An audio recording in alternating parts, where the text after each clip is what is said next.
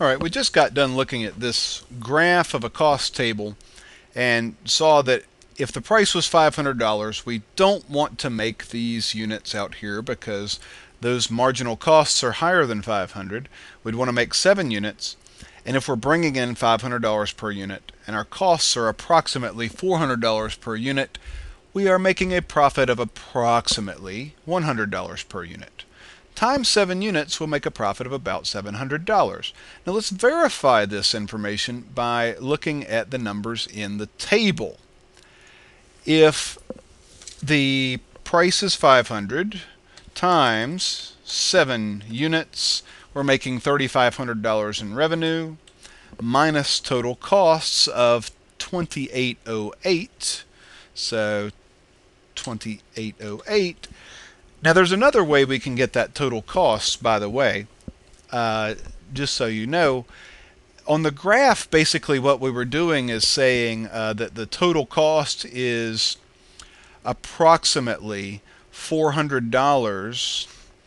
Sorry, let me move over here so you can see. Yeah, about $400 per unit times 7 units. So 400 times 7 will give you that $2,800 back, right? I'm just using nice round numbers when I'm saying it. But and our profit is going to be, we said, about 500 minus 400, about $100 per unit for $700. Now exactly, it's going to be 3,500 minus 2,808. Let me just put in a formula here to calculate that, and $692, right? So on the graph, we're able to tell approximately how much the profit's going to be, and if we had a graph where we could read exactly what the average total cost and everything were, then we could get exact numbers. But it's hard to read these numbers exactly. Now let's do this with another couple of prices so we can see how this works. Now the first thing you can notice is as the price goes down, 2 things are going to happen. The first thing is, as that price drops, look at what's happening to these units on the right that are where the marginal cost is higher than the price. More and more units are going to be where the marginal cost is bigger than the price, and we're not going to want to make those units. So let's suppose that the price got down to be about $400. How many units would we want to produce? Well, we would not want to make the 10th, the 9th, the 8th, or the 7th unit, because the 7th unit costs $468. Now, again, we can go back to the table and double check to make sure exactly what these numbers are, the 7th unit. But it's easier if you can just do most of this on the graph. We don't want to make the 7th unit.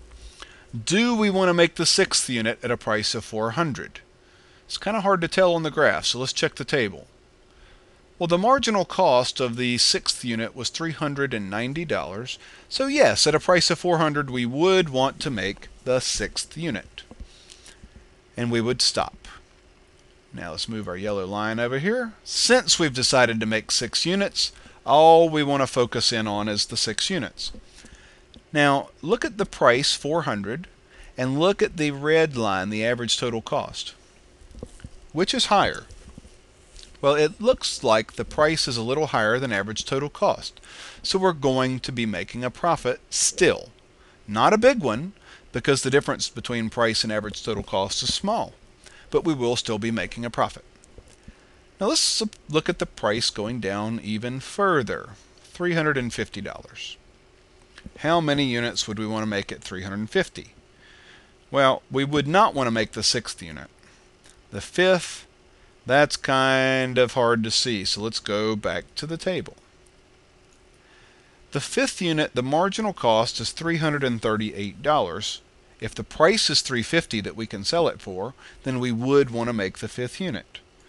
So we would want to make the 5th, but not the 6th. So let's put the yellow line there to zero in on what's going on at 5 units. Would we be making a profit or not?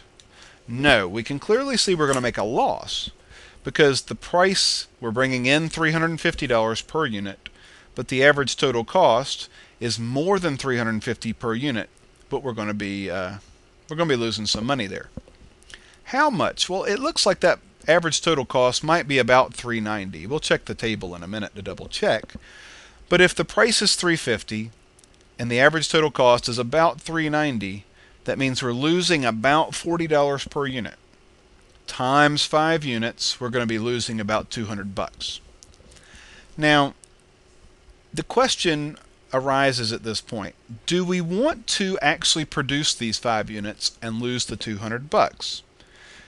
Answer is yes. Why? Well, there's a couple different ways to interpret why, but here's the clearest reason. We just said we'd lose about $200. How much will we lose if we shut down? Well, our total revenue would be 0, and our total cost would be $6.50 if we shut down and produce 0. So if we shut down, we'll lose $6.50 versus only losing about $200 if we stay open. Now let's verify that. Total revenue would be $350 times 5 units, $17.50, minus the total cost of $19.50. So we hit it right on the nose here. We were a little lucky, but that's fine. You always want to double check the exact numbers. A loss of $200 in that case. Would you rather lose $200 or have no revenue and still have to pay your fixed costs of $6.50? Well, most people would rather lose $200 than lose $6.50. Now, how can we see that that's the right action on the graph? Well, I always have taught my students that when you bring in revenue, the first thing you want to think about doing is paying your variable costs. And we can see from the blue line that our variable costs are going to be around $250 per unit, maybe $260 per unit. We'll check the table in a minute to verify. Let's call it $260 per unit for labor and materials per each of the 5 units that we're selling. Now, if I'm bringing in $350 per unit and I immediately hand $260 off to my workers and my materials suppliers for variable costs, I still have about $90 per unit left over after I pay my variable costs. Now that $90 per unit that is above variable costs is producer's surplus. $90 per unit times 5 units is going to be about $450 in producer's surplus right there. Now what do you do with producer's surplus? Producer surplus, you have to pay your fixed costs, but we don't have enough of it to pay our fixed costs. We're going to have 90 times 5, about $450, but we're not going to have enough money to pay that entire fixed cost of $650. So we're still going to be losing money. But what this shows us when prices between average total cost and average variable cost is that we are earning some producer surplus with which to pay some of our fixed costs. We just don't have enough to pay all of our fixed costs off with. So that's why we're losing money. So the lesson is, anytime price is between average total cost and average variable cost, you still want to produce, but you're going to lose money. Now, at some point though, it's going to become the fact that price gets so low that, right here, let's say $210. You're not going to want to produce any of these units where the green, the marginal cost, is higher than the price. Let's see, at a price of $210, how many units will you want to produce? You would want to produce the 3rd unit, but not the 4th, because the marginal cost of $247 is higher than the price of $210. So you'd want to stop at 3 units. Let's move our yellow line to zoom in on what's happening at 3 units. The price, $210, is less than average variable costs. Now, this invokes what we call the shutdown rule. What it means is that if you're only bringing in $210 per unit, But then you would have to turn around and pay out $220 or $230 per unit for just your variable costs, that you're not going to have any money left over to pay your fixed costs. In fact, it's even worse than that. You're not bringing in enough money to pay for the labor and materials you're using to produce the product. You're going to end up even more in the hole by about another $10 per unit. So this invokes what we call the shutdown rule.